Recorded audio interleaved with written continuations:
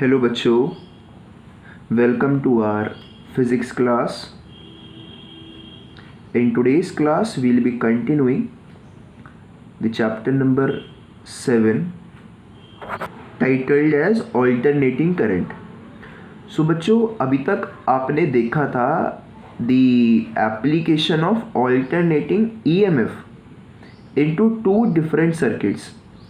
Let me recall वो कौन कौन से सर्किट्स थे. They were resistors. It was a resistive circuit having a resistor within it, and other was an inductive circuit having an inductor within it. और बच्चों, हर एक circuit के लिए हम क्या कर रहे थे? We were assuming कि उसके अंदर कुछ alternating EMF लगा हुआ है. E नॉट हमने माना था अपने आप, और उसको मान करके हम बच्चों I निकाल लेते थे. Not E, not but simply E हमने मान रखा था और हम I वहाँ पर निकाल रहे थे. ओके और इसको आई को निकालने के बाद हम कुछ इंपॉर्टेंट डायग्राम्स को डिस्कस कर रहे थे, specially time diagram and phase diagram. तो बच्चों, फेज डायग्राम जो है वो आपके लिए बहुत इंपॉर्टेंट है. आपने देखना है कि किस सर्किट के अंदर कौन लीड कर रहा है इन फेज. ईएमएफ लीड कर रहा है या फिर करंट लीड कर रहा है. आपने देखा होगा कि जो आपके पास रेजिस्टिव सर्किट था उसके अंदर ई का जो फेज था वही आई का फेज था. ओके दोनों का फेज क्या था बच्चों? बराबर था. और आपने देखा था इंडक्टिव सर्किट में कि जो ईएमएफ है वो लीड कर रहा था by current by the angle of 90 degree. This also you have seen. Apart from these important points एक और इंपॉर्टेंट पॉइंट था बच्चों, दैट वाज रिएक्टेंस. इन यहाँ पर तो था वो रेजिस्टेंस, यहाँ पर उसको बोलते हैं हम रेजिस्टेंस, और उसी चीज़ को इन केस ऑफ इंडक्टर में पढ़ा था एज इंडक्टिव रिएक्टेंस, जिसको हम डिनोट कर रहे थे काई एल से. तो आपको बच्चों काई एल की वैल्यू याद होनी चाहिए, ये फेज डिफरेंस क्या दोनों के बीच में वो पता होना चाहिए. ओके और जो करंट की वैल्यू आती है वो तो आपको ऑटोमेटिकली याद हो जानी चाहिए while you are deriving this thing. So हम दो सर्किट्स पढ़ चुके थे, one with the resistor other with the inductor. So आज आपको हम पढ़ाएंगे बच्चों alternating EMF applied to a capacitor first of all, and after that I will be teaching you the most important circuit. एक ऐसा सर्किट जिसके लिए हमने ये तीनों सर्किट को पढ़ा था, इंडक्टर को पढ़ा था, रजिस्टर को पढ़ा था, और अब हम कैपेसिटर को पढ़ेंगे. सो जो उन तीनों को हमने पढ़ा that we had studied for a single circuit, that is an LCR circuit, जिसके अंदर इंडक्टर भी होगा, जिसके अंदर रजिस्टर भी होगा, और जिसके अंदर कैपेसिटर भी होगा. I hope that is clear to you. So be attentive. अभी आप alternating EMF applied to a capacitor पर ध्यान दीजिए, और हर एक में हमारा मेथड बच्चों एक ही है, हमारी अप्रोच एक ही है कि हम पहले EMF कंसिडर करेंगे और उससे हम अपना ऑल्टरनेटिंग करंट डिराइव कर लेंगे, और after that we will discuss some important quantities, especially phase diagram and this value, that is reactance, or you may say resistance in simple languages. So alternating EMF applied to a capacitor. तो बच्चों बताइए इसका diagram कैसा होने वाला है. तो diagram बहुत ही सिंपल होगा. जहाँ पर हम रखते थे इंडक्टर को या फिर रेजिस्टर को, वहाँ पर हम रख देंगे आप कैपेसिटर को, और साथ में लगा देंगे एक ऑल्टरनेटिंग EMF का सोर्स, जिसको हम डिनोट करते हैं इस डायग्राम से. तो बच्चों ये होता है आपका एक कैपेसिटिव सर्किट. हम ये मानते हैं कि हमने इस सर्किट के अंदर एक ऑल्टरनेटिंग EMF अप्लाई किया है बाय दिस सोर्स, जिसकी वैल्यू है E की वैल्यू है बच्चों E naught sine omega T. ये तो आपने देखा कि हमने हर एक में माना था, यहाँ पर भी और अब यहाँ पर भी कंसिडर हम कर रहे हैं. सो आप यहाँ पर लिख सकते हो कि फिर आप फिगर आपको क्या शो कर रहा है. So figure shows a capacitive circuit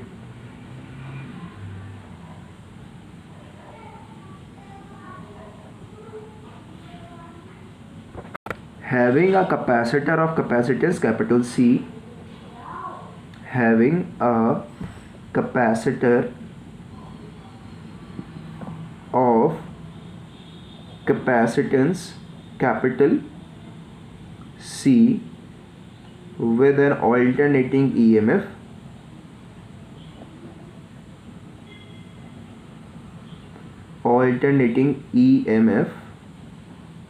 applied across it. applied across it. So this is actually the situation. आपके पास यहाँ पर एक कैपेसिटर, जिसकी कैपेसिटेंस क्या है बच्चों, कैपिटल सी है. So let's write down the value of alternating EMF, that is E is equal to E naught sine omega t. अब आपको बच्चों पता होना चाहिए कि हमारा मेन मोटिव क्या है. हमारा मेन मोटिव है to derive the value of alternating current. So alternating current आप कैसे निकाल सकते हो in a capacitor using potential difference.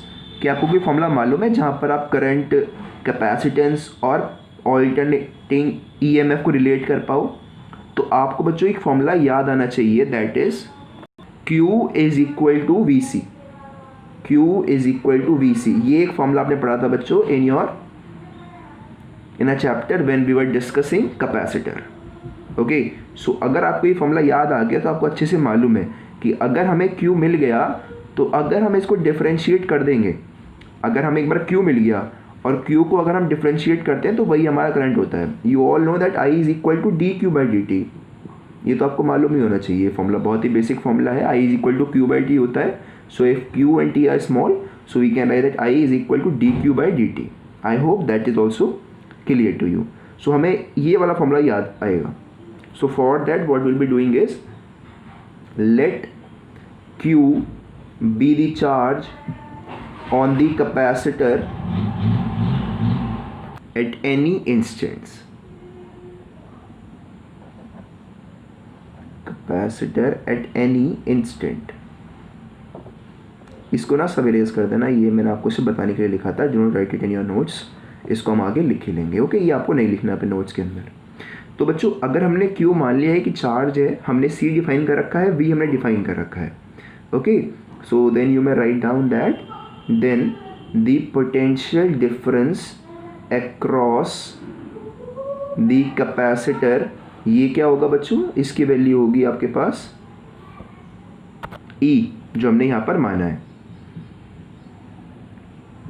so therefore we know that अब फॉर्मूला हमें मालूम है कि भाई Q की वैल्यू क्या होती है. Q की वैल्यू होती है VC, यानी कि E इंटू C. अब E की वैल्यू आपको मालूम है E naught sine omega T, तो उसको पुट कर देते हैं. तो Q की वैल्यू आप लिख सकते हो. पहले मैंने C लिख दिया, अब आगे मैं लिख रहा हूँ बच्चों E naught sine omega t. अब आपको निकालने की इसकी वैल्यू है करंट की वैल्यू, और हमें अच्छे से मालूम है कि करंट निकालने के हमें क्या करना होगा, इसको डिफ्रेंशिएट करना पड़ेगा. D Q by D T हमें निकालना होगा. Okay, so now you may write down that since we know that I की वैल्यू होती है आपके पास D Q by D T.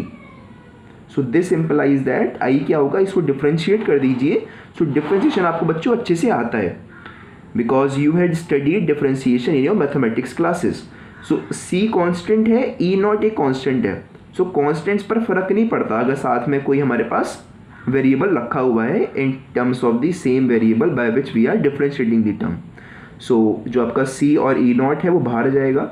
सो मैंने E नॉट और C आपका बाहर ले लिया, और मैं किसको डिफ्रेंशिएट करूँगा, D by D T of sine omega T को हम आपके सामने आप डिफ्रेंशिएट करेंगे.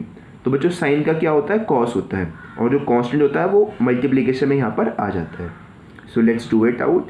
तो मैं यहाँ पर लिख रहा हूँ कि I की वैल्यू आपके पास क्या होगी, C E not C into इसकी वैल्यू क्या होगी बच्चों, कॉस ओमेगा टी हो गई. So cos omega T, omega constant है तो ओमेगा आपका यहाँ पर आ जाएगा, because it was differentiation not integration. Integration में नीचे आता है, वैसे बच्चों ऊपर आता है.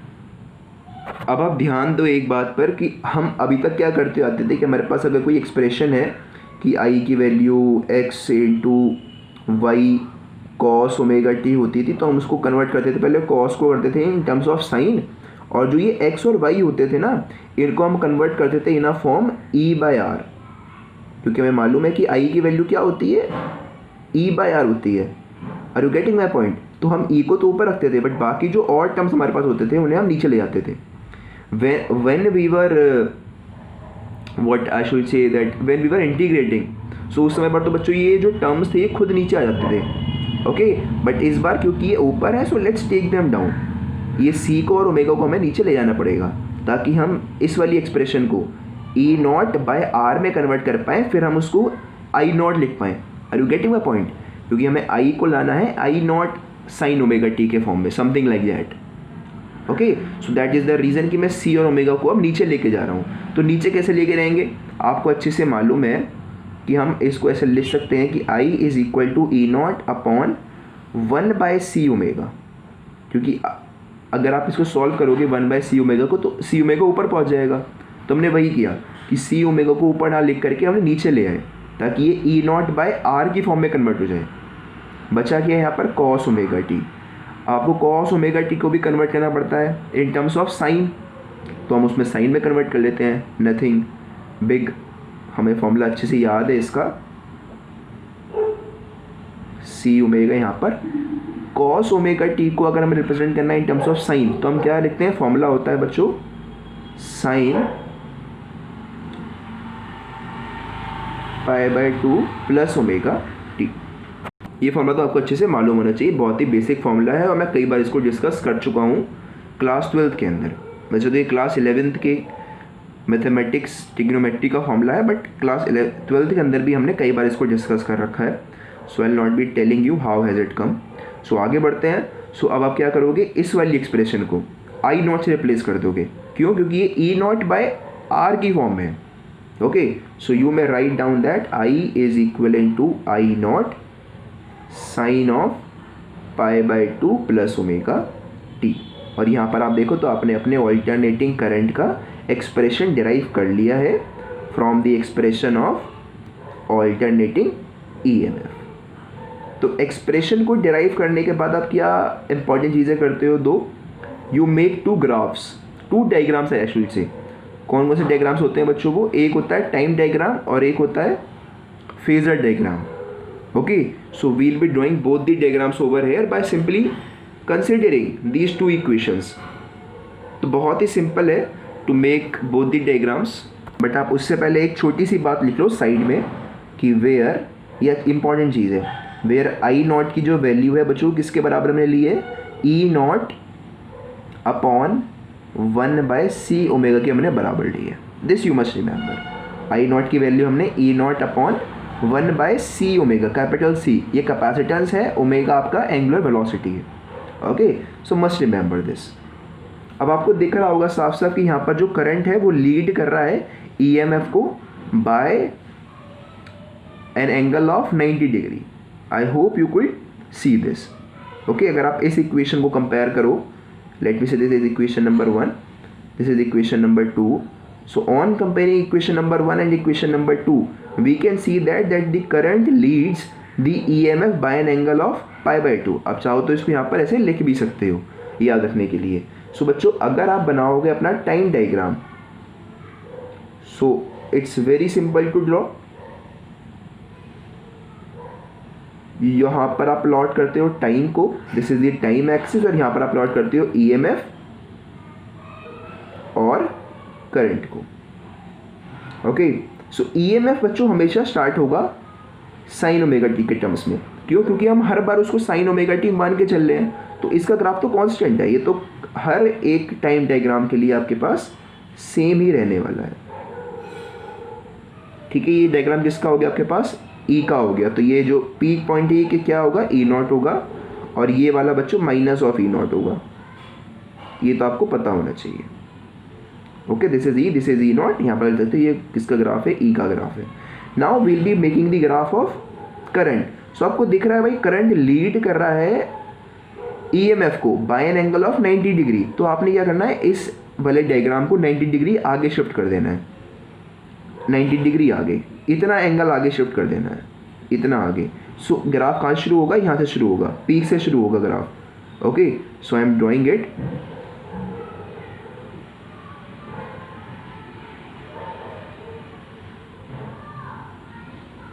Something like this. ये आपके पास किसका ग्राफ है बच्चों, ये आपके पास करंट का ग्राफ है। I naught sign π/2 plus theta लिख लो या फिर कॉस ओमेगा टी लिख लो, इट्स योर चॉइस। ओके, सो ये जो वैल्यू होगी ये आई नॉट के बराबर होगी और ये वाली माइनस आई नॉट के बराबर होगी। So I hope this diagram is clear to you. Now let's draw the phasor diagram. तो फेजर तो बहुत ही सिंपल होता है। फेजर में आप क्या करते हो, एक एक्सिस पर ड्रॉ करते हो करंट को और एक बनाते हो ईएमएफ को, डिपेंडिंग ऑन कि भाई कौन लीड कर रहा है। So in case of inductive circuit I am talking about, ध्यान सुनना, I am talking about in case of inductive circuit क्या था कि हमने इस वाले एक्सिस पर लिया था अपना करंट, तो इस बार भी हम इस वाले एक्सिस पर अपना करंट ही लेते हैं। फाइन, इस बार भी हम इस वाले एक्सिस पर अपना करंट ही मानते हैं और हमने वहाँ पर इंडक्टिव ईएमएफ पर, जहाँ पर हमारा ईएमएफ लीड कर रहा था करंट को by an angle of π/2 90 degree, तो वहाँ पर हमने ईएमएफ को यहाँ पर प्लॉट किया था यहाँ पर। बट इस बार क्या हो रहा है, आपका करंट लीड कर रहा है ईएमएफ को by an angle of 90 degree. So हम क्या करेंगे, इस बार करंट को तो वही रखेंगे बट ईएमएफ को 90 डिग्री कम कर ले आते हैं। सो ये हो गया आपका बच्चों आपका phasor diagram for a capacitive circuit. I hope this diagram is also clear to you. आपको क्लियरली दिख रहा होगा कि करंट लीड कर रहा है ऑल्टरनेटिंग ईएमएफ को by an angle of 90 degree and that is the phasor diagram. Okay, और ये बहुत ही इंपॉर्टेंट डायग्राम है, इसको हम आगे यूज़ करेंगे इन एलसीआर सर्किट। ओके, सो 2 इंपॉर्टेंट डायग्राम्स। अब इसके बाद हम क्या डिस्कस करते हैं, अब हम डिस्कस करेंगे कैपेसिटिव रिएक्टेंस को। ओके, यानी कि आप रेजिस्टेंस भी उसको बोल सकते हो, एक कैपेसिटिव सर्किट का रेजिस्टेंस भी उसको बोल सकते हो। तो हम क्या करेंगे, सिंपली इसको कंपेयर कर लेंगे, इस वाली इक्वेशन को और I is equal to V/R वाली इक्वेशन को। तो हम कह देंगे भाई R बराबर किसके है, 1/C ओमेगा के बराबर है, वही होगा आपकी कैपेसिटिव रिएक्टेंस। सो वो हम करेंगे नेक्स्ट पेज पर, अभी आप इसको नोट डाउन करिए, I am turning the page.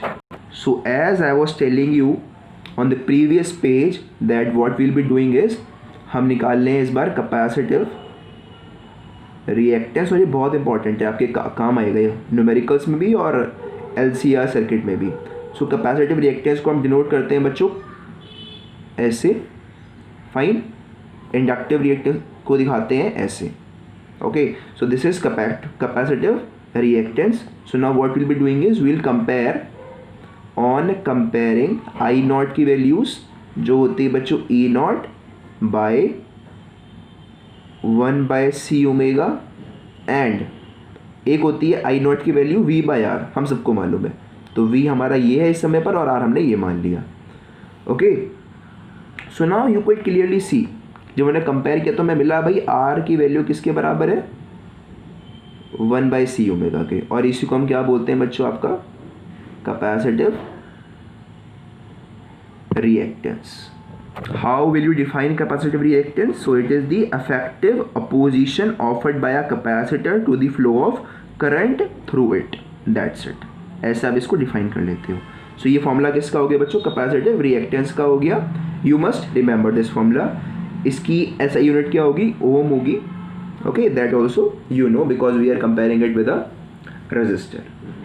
अब let's talk about frequency relationship of capacitive reactance, जैसा कि हमने इंडक्टिव सर्किट और रेजिस्टिव सर्किट की भी बात करी थी। सो काय सी को हम लिख सकते हैं, यहाँ पर ही ख़त्म हो जाता है। अब आगे हम कर रहे हैं कंपैरिजन, या फिर लिख सकते हो इसको as behaviour of a capacitor in case of DC and AC.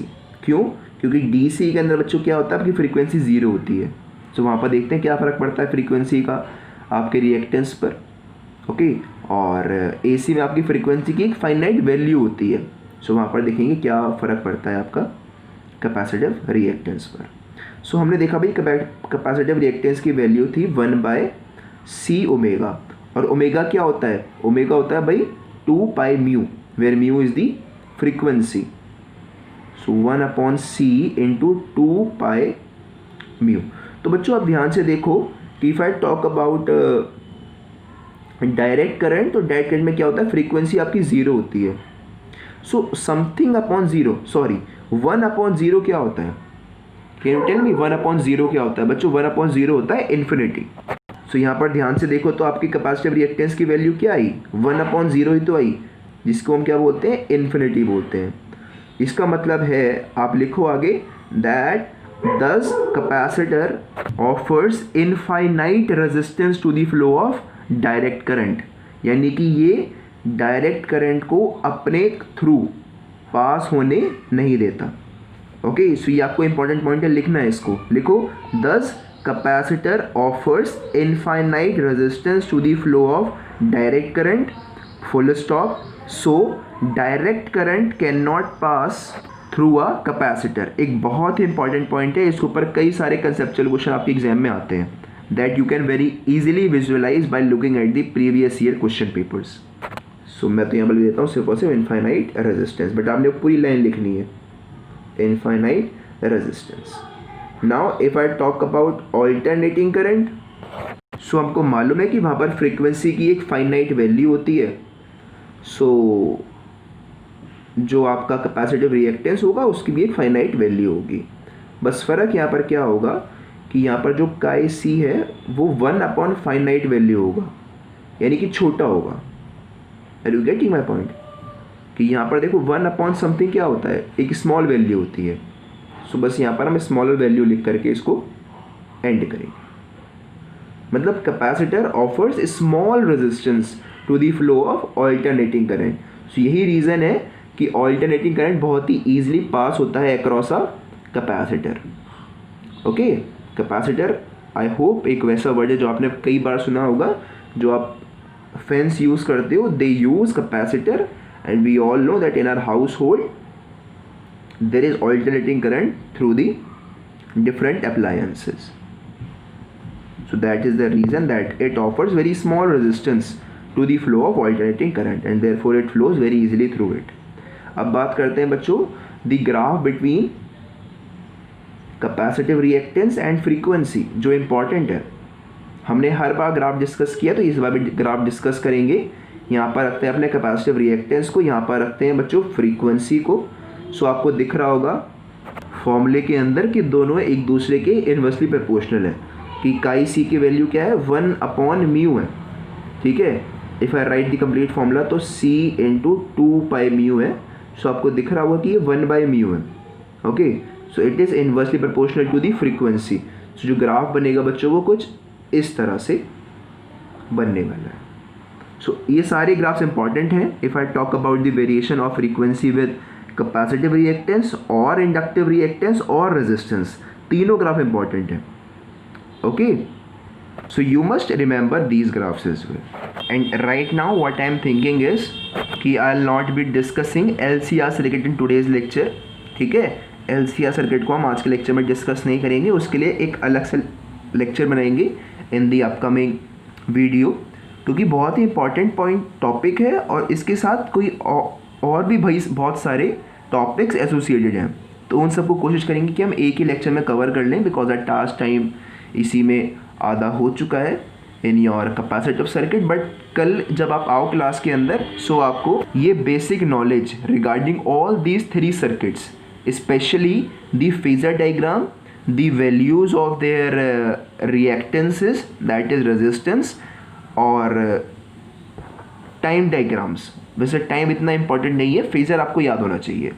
Okay, सो कल की क्लास में बच्चों ये 3 बातें आपने याद करके समझ करके आनी है, तभी आपको LCR सर्किट बहुत सिंपल है और लगेगा भी। So now we will be discussing some numerical questions on all these 3 circuits. So बच्चों आपके सामने ये क्वेश्चन है, इसको आप ट्राई करिए एक बार, बहुत सिंपल सा क्वेश्चन है। सो पहले आप देखो क्वेश्चन के अंदर क्या क्या आपको गिवन है। सो गिवन में आपको दिख रहा होगा कि आपको पहले ही गिवन है कैपेसिटेंस की वैल्यू, C आपको गिवन है 50 माइक्रो फेरेड। ठीक है, और उसके बाद आपको गिवन है E की वैल्यू, दैट इज़ 100 वोल्ट। फिर आपको गिवन है बच्चों फ्रीक्वेंसी की वैल्यू 50 हर्ट्ज़। आपसे कहा गया determine the value of current, आपको करंट की वैल्यू बतानी है कि इसमें कितना करंट होगा इस सर्किट के अंदर। तो बहुत ही सिंपल है। देखो पहले आप सोचोगे करंट निकालने का तरीका क्या होता है। करंट निकालने के कितने फॉर्मूले होते हैं when you have a capacitive circuit. तो एक ही फॉर्मूला होता है, सिंपल सा फॉर्मूला होता है कि I की वैल्यू होती है बच्चों E by resistance of a capacitive circuit, जिसको हम बोलते हैं capacitive reactance. So E by chi C यहाँ पर आ जाएगा। Is this clear to you? So आपके पास E तो अवेलेबल है क्वेश्चन के अंदर, आपको यहाँ पर दिख गया, बट आपके पास काई सी अवेलेबल नहीं है कि इस सर्किट की रेजिस्टेंस क्या है, ये आपको नहीं पता। सो काई सी का फॉर्मूला आपको याद आएगा कि काई सी का फॉर्मूला होता है 1/c ओमेगा। अब आपको ओमेगा गिवन है क्वेश्चन के अंदर, ओमेगा भी गिवन नहीं है बट फ्रीक्वेंसी ज़रूर गिवन है, तो फ्रीक्वेंसी से आप ओमेगा निकाल सकते हो।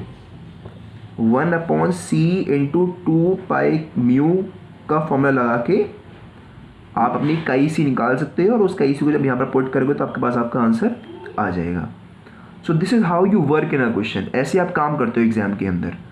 Okay, you start from a particular aim, फिर देखते हो उस एम को पूरा करने के लिए मुझे क्या क्या चाहिए। सो जो गिवन है वो साइड हटा दो, जो निकालना है उस पर काम करो।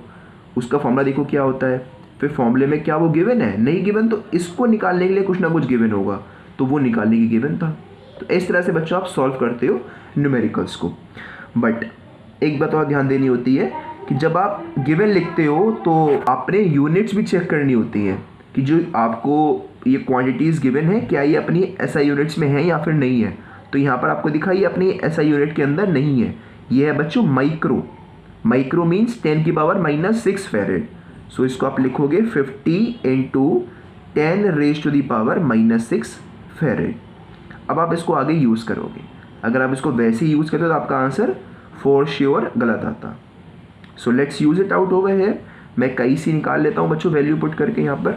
सो काई सी की वैल्यू होगी आपके पास 1/50 × 10⁻⁻6 इंटू 2 इंटू पाई की वैल्यू होती है 3.14 इंटू म्यू। म्यू की वैल्यू क्या है आपके पास 50 हर्ट्ज़, उसके बाद 50 पुट कर दोगे। So if you have time to solve it so you may solve it, otherwise थोड़ा बहुत सॉल्व कर लेते हैं और इस वैल्यू को यहाँ पर पुट कर देते हैं। सो मैं बच्चों काई सी अपॉन में है तो मैं इस वैल्यू को जस्ट का रेसिप्रोकल करके यहाँ पर पुट कर देता हूँ। सो आई की वैल्यू मेरे पास होगी, ई की वैल्यू क्या है बच्चों 100 है, सो इसको मैंने 100 पुट कर दिया। काई सी की वैल्यू ये देखो 1 0 यहाँ पर है, 1 0 यहाँ पर है, और यहाँ पर -6 जीरोज़ है। सो -6 + 2 कितना होता है -4 होता है। सी हो जाएंगे -4 और 5 5 25 25 2 50। सो 1 0 और कट जाएगा। So into 5 × 10⁻³ into 3.14। इसको आप बच्चों कैलकुलेट कर सकते हो। ये ध्यान से देखो, 2 ज़ीरोज़ -3 से आपको एक -1 0 दे देंगे, दे विल गिव यू -1 0। सो यहाँ पर आपके पास हो जाएगा 5 × 10⁻⁻1 इंटू 3.14। सो जब इसको कैलकुलेट करोगे तो 5 × 15 तो आना ही आना है, तो और एक 10 लगाओगे तो यहाँ पर तो 1.5 अप्रॉक्स आपके पास एम्पियर आंसर आने वाला है।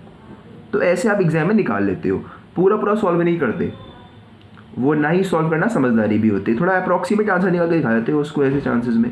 वैसे 5 से इसको मल्टीप्लाई करना कोई बड़ी बात थी नहीं, बट मैंने ये देखा कि अगर मैं इसको राउंड ऑफ भी करता हूँ तो मेरे पास 3 ही आ रहा है, तो इसलिए मैंने 5 से ही उसको पुट करके 5 3 15 करके सॉल्व कर दिया। सो आई होप कि आपको आइडिया लगा कि आप कैसे एग्जाम में क्वेश्चंस को सॉल्व करते हो। इसको अगर आप यहाँ पर सॉल्व करते तो आप अपना काम बढ़ाते, कम नहीं करते। ओके, सो हम थोड़ा सा उस वैल्यू को यहाँ पर ना सॉल्व करके यहाँ पर सॉल्व कर लिया ऊपर ला करके, बिकॉज इट वॉज 1/काई, तो इसको हम ऊपर ले गए। सो this is how you solve it. So this was one question, let's do one more question जो इससे थोड़ा और अच्छा है। सो बच्चों आपके सामने हमने एक क्वेश्चन लिख दिया है, इसको ध्यान से पढ़िए और सॉल्व करिए। तो सॉल्व करने के लिए पहले हम लिखते हैं given, and for that we need to read the question once. So what should be the frequency, frequency पर क्वेश्चन मार्क लगा दीजिए। ठीक है, आगे बढ़िए। ऑफ ऑल्टरनेटिंग 200 वोल्ट, यानी कि आपको ई गिवन है जिसकी वैल्यू है बच्चों 200 वोल्ट्स। ठीक है, so as to pass a maximum current. So when he says maximum current तो he does not mean I, I का मतलब होता है RMS current. When he says maximum current तो उसका मतलब होता है आई नॉट से। सो ये बात ध्यान रखना, थोड़ा ध्यान से क्वेश्चन को पढ़ा करो। मैक्सिमम का मतलब होता है बच्चों आई नॉट की वैल्यू, उसकी वैल्यू है आपके पास 0.9 एम्पियर। आगे और भी कुछ गिवन है, through and inductance of 1 Henry. तो इंडक्टेंस मतलब होता है बच्चों एल, तो यानी कि ये एक इंडक्टिव सर्किट है। ठीक है, यानी कि यहाँ पर जो फॉर्मूले लगने वाले हैं वो इंडक्टिव सर्किट के लगेंगे। सो बी अटेंटिव। अब आपको निकालना क्या है, लुक एट दिस, आपको बच्चों म्यू निकालना है। और म्यू निकालने का बेस्ट तरीका क्या होता है कि आप ओमेगा निकाल लीजिए। आपके पास अगर ओमेगा आ गया तो म्यू तो आपके पास ऑटोमेटिकली आ ही जाएगा।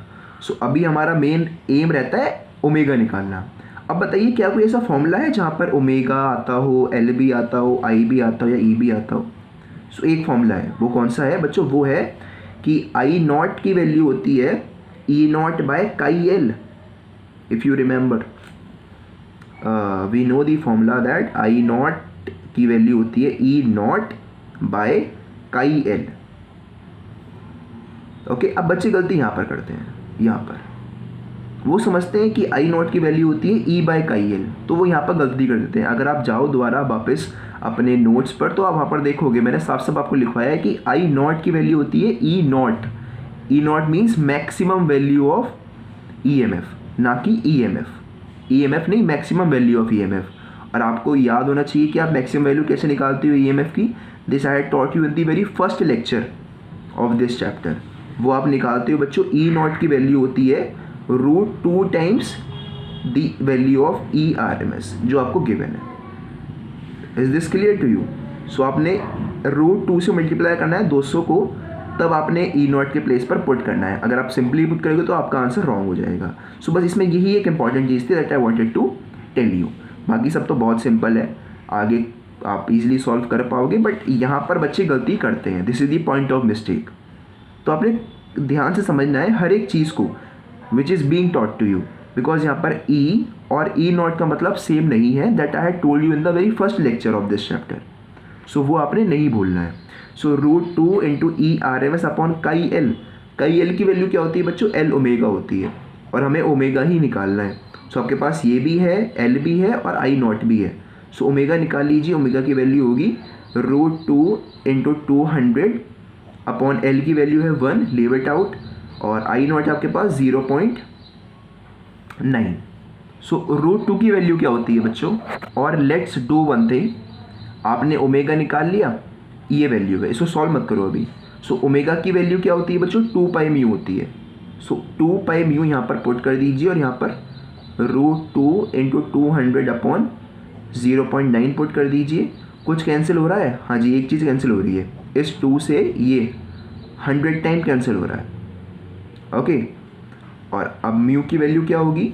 √2 that is 1.414 into 100 upon pi की वैल्यू क्या होती है? 3.14 इंटू 0.9। सो आप अगर यहाँ ध्यान से देखो तो यहाँ पर पॉइंट के बाद 2 नंबर्स हैं, यहाँ पर पॉइंट के बाद 1 नंबर है, और यहाँ पर पॉइंट के बाद 3 नंबर्स हैं। सो ये पॉइंट आप हटा दो, क्योंकि पॉइंट के बाद इक्वल नंबर्स हैं। ओके, सो पॉइंट रखो या मत रखो फ़र्क नहीं पड़ता उससे, क्योंकि अगर आप यहाँ से पॉइंट हटाते भी हो, सिंपल तरीके से करते हो, सो नीचे आएंगे 3 ज़ीरोज़, और अगर यहाँ से हटाते हो तो नीचे ऊपर आएंगे 3 zeros. So they will cancel each other.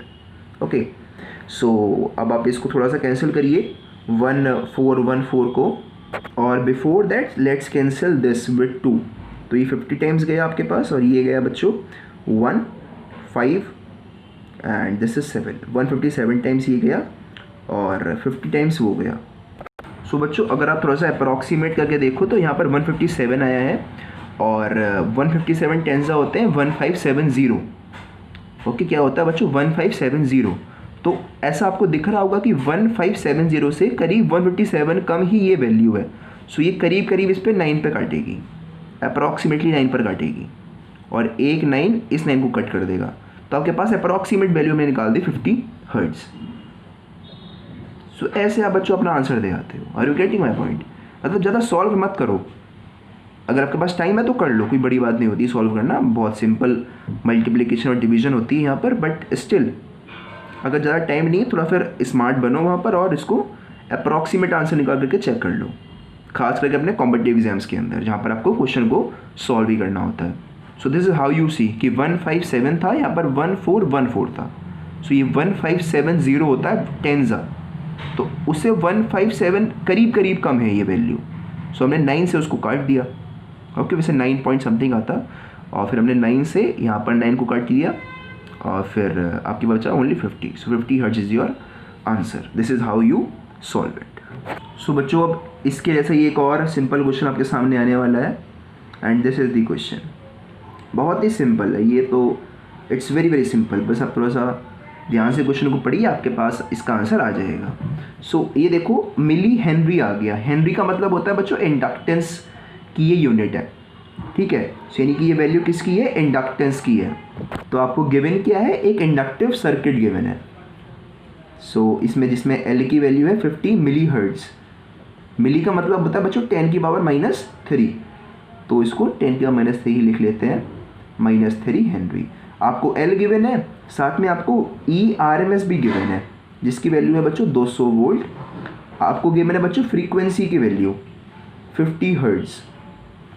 आपको पूछा गया है RMS वैल्यू ऑफ करंट, आपको I की वैल्यू निकालनी है। I is question mark. तो ध्यान से देखो, अगर आपके पास E अवेलेबल है, I आपसे पूछा गया है, तो फॉर्मूला क्या होगा I का फॉर्मूला होता है बच्चों E/R। R क्या होगा in case of inductive circuit, L omega. So आपके पास तो हर एक चीज़ अवेलेबल है। अरे भाई अगर आपके पास पाई अवेलेबल है सो दैट मीन्स आपके पास ओमेगा अवेलेबल है, एज सिंपल एज दैट। पाई अगर 50 हर्ट्ज है सो जो ओमेगा होगा उसकी वैल्यू क्या होगी, 100 pi. So you may write down omega's value as 100 pi, ठीक है। सो आपके पास ओमेगा आ गया, ई आपको गिवन है और एल अभी आपको गिवन है। सो वैल्यूज पुट कर दीजिए। ई की वैल्यू है आपके पास 200 अपॉन एल की वैल्यू आपके पास है ये 50 × 10⁻⁻3। ओमेगा की वैल्यू है बच्चों 100 पाई। पाई की वैल्यू होती है 3.14। सो देखो कैंसिल कैंसिल और इसको ऊपर ले जाओ, ये हो जाएगा 10 की पावर 3, तो एक ज़ीरो इसके एक ज़ीरो को कैंसिल कर देगा, बचेगा 10 की पावर 2 यानी कि 100। सो 100 को ही काटेगा 5 कितनी बार, 20 टाइम्स। सो यहाँ पर देखो, यहाँ पर 3.14 है और यहाँ पर कितना है बच्चों, दिस इज 20 और साथ में एक 2 भी है, इसको मत भूल जाना, साथ में एक 2 भी है अभी। सो देखो ये 3 है, ये 20 है। सो ये करीब 6 पॉइंट समथिंग पर काटेगा। पहले तो 6.6 पर काटता है, 6.66 टाइम्स पर। सो मैं वही कर रहा हूँ, इसको 3 मान करके इसको 6.6 टाइम्स पर कट कर देता हूँ और 2 से इसको मल्टीप्लाई कर दो। सो 2 6 होते हैं बच्चों 12 और 1 कैरी, तो 13.2 एम्पियर इसका अप्रॉक्सीमेट आंसर है। I won't say it is the correct answer because यहाँ पर हमने 2 पॉइंट्स पर राउंड ऑफ किया, ऊपर कहीं पर भी राउंड ऑफ नहीं किया, तो उसका तो फ़र्क पड़ेगा जरूर वैल्यू पर, और वैल्यू इससे कम ही होने वाली है क्योंकि हमने नीचे वाली वैल्यू को छोटा कर दिया। सो ये वैल्यू बड़ी आई होगी। सो इससे कम वाला जो अगर आपके पास ही एग्जाम क्वेश्चन आता कॉम्पिटिटिव एग्जाम के अंदर, सो आप यहाँ पर इसे छोटी वैल्यू को राइट टिक करते, इसको नहीं करते। Okay, so this is how you solve. Board में अगर ऐसा क्वेश्चन आता है तो वैल्यूज बहुत ही सिंपल देता है examiner, he don't want to waste your time, और अगर स्मार्ट वैल्यूज़ वो देता है तो आपको वो दी जाती हैं। तो ये कोई स्मार्ट वैल्यूज़ नहीं थी यहाँ पर, तो आपने सिंपली सॉल्व भी इसको करना था। Okay, so 13.2 ampere is your right answer. So this is how you solve numerical question. और I had done questions on inductive as well as capacitive circuit. Resistive का तो बहुत ही आसान होता है, उसमें तो कोई नया क्वेश्चन नहीं आने वाला आपके एग्जाम के अंदर। कल आपको हम पढ़ाएंगे बच्चों LCR सर्किट, जो इंपॉर्टेंट सर्किट है और उसके न्यूमेरिकल्स भी अच्छे हैं, कंसेप्ट भी बहुत इंपॉर्टेंट है। Okay, specially the concept of resonance is very important. तो सारी कंसेप्ट उसके इंपॉर्टेंट है। सो उसके लिए बच्चों कल आपके सामने हम लेक्चर प्रेजेंट करेंगे, बहुत ही अच्छा लेक्चर वो होने वाला है। You will find it very interesting, और आपको पता चलेगा कि हमने ये जो सब पढ़ा कैपेसिटिव, रेजिस्टिव और इंडक्टिव, उस सब को हमने कितने अच्छे से वहाँ पर यूज़ किया है to make the concept of LCR circuit very simple for us. So बच्चों ट्राई अदर न्यूमेरिकल क्वेश्चंस। चाहो तो आप NCERT की बुक से ट्राई करो या फिर अपने प्रीवियस ईयर चैप्टर वाइज जो आपके पास बुक है उससे ट्राई करो। और let's meet tomorrow where we'll be discussing LCR circuit. So for today's lecture that's all. If you come across any problem or if you had found out something that is quite contradicting to what you think should be, so you must ask me, because ये एक ऐसा concept है जहाँ पर हम ज़्यादा logic use कर रहे हैं। Okay, so you must ask questions. अगर आपको यहाँ पे भी दिखती है कोई प्रॉब्लम आ रही है, so you must ask your doubts. So for today's lecture, that's all. Thank you very much.